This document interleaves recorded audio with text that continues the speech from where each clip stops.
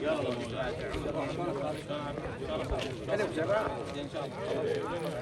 عليكم. السلام عليكم.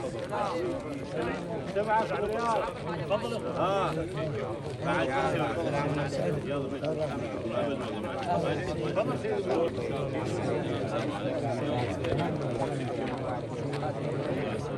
سيد حاتم. السلام عليكم. سيد حاتم. الله ما كريم عليكم ان شاء الله. السلام عليكم. السلام عليكم.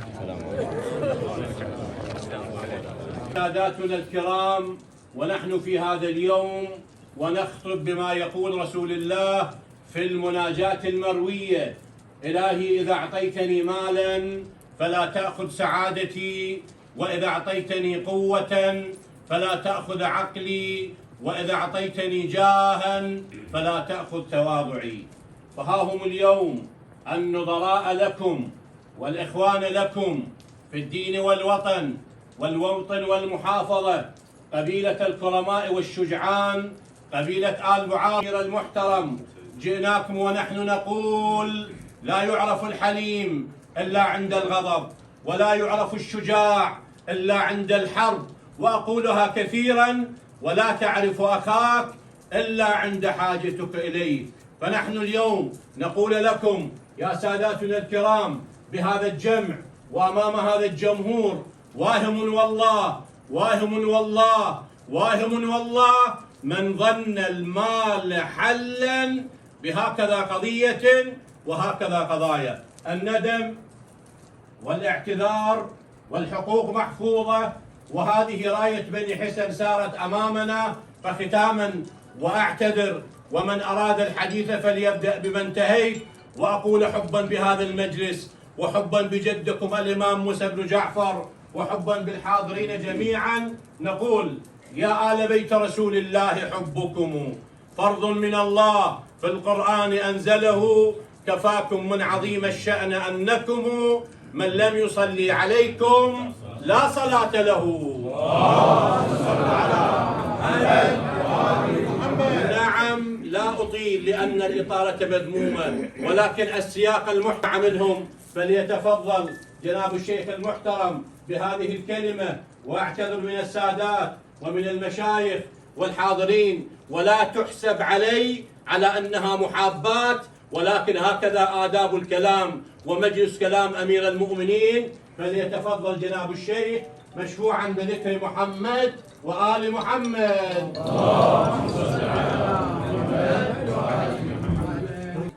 نشكر السيد على مقدمته وعلى حديثه، الله يحفظه ويجعله. أنا أترخص من سادتنا من أعمامي مشايخ بني حسن، دفع الله ما كان أعظم، والحمد لله على سلامة السيد. واليوم بني حسن يتميزون باحترامهم للسادة وتقديرهم للسادة، وهاي ميزة معروفة على مستوى العراق. شنو السيد عند بني حسن؟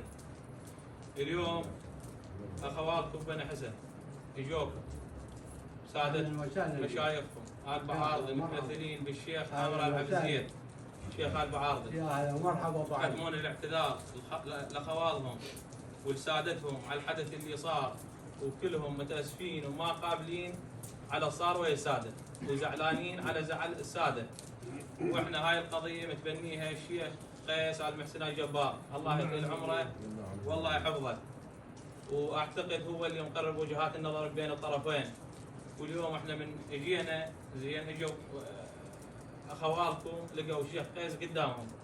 احنا كالجسد الواحد، اذا تألم عضو في الجسد تداعى سائر اعضاء الجسد الاخر، كل احنا واحد، وانتم سادة بني حسن. واني اللي ادري به الشيخ قيس القضيه مفصلها ومنتهيه القضيه، واخواتكم جايينكم وطلبوا عندكم السموحه، وانتم اهل التسامح، وانتم اهل المروءه، وانتم اهل الكرم. والسلام عليكم ورحمه الله وبركاته.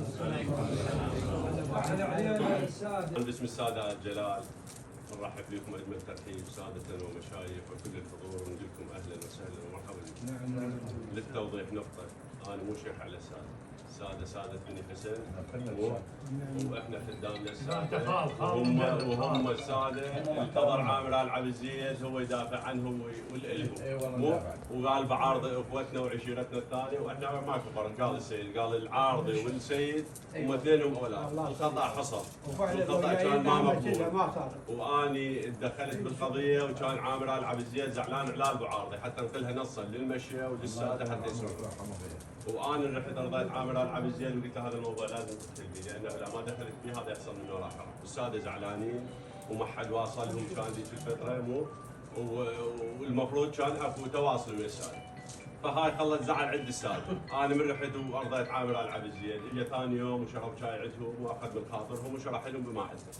الساده اعتداء عليهم، احنا نعتبر كل اعتداء على اي سيد كان من ابو جلال وكان من اي ساده الموجودين هو نعتبره اعتداء على رسول الله.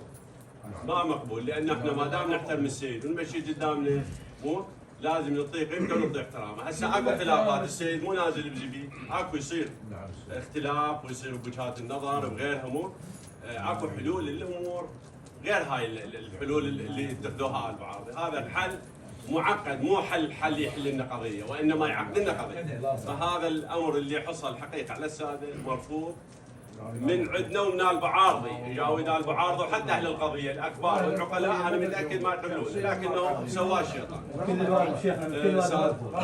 سادتنا عمامنا السيد قال لكم فصلنا 25 وذا 10 وظلنا 15 تمام؟ انا هم اذب لكم وباسط على الساده، والله مو بقول لكم انا على الساده، اذب لكم 3 ملايين من ال 15 ظلنا 12.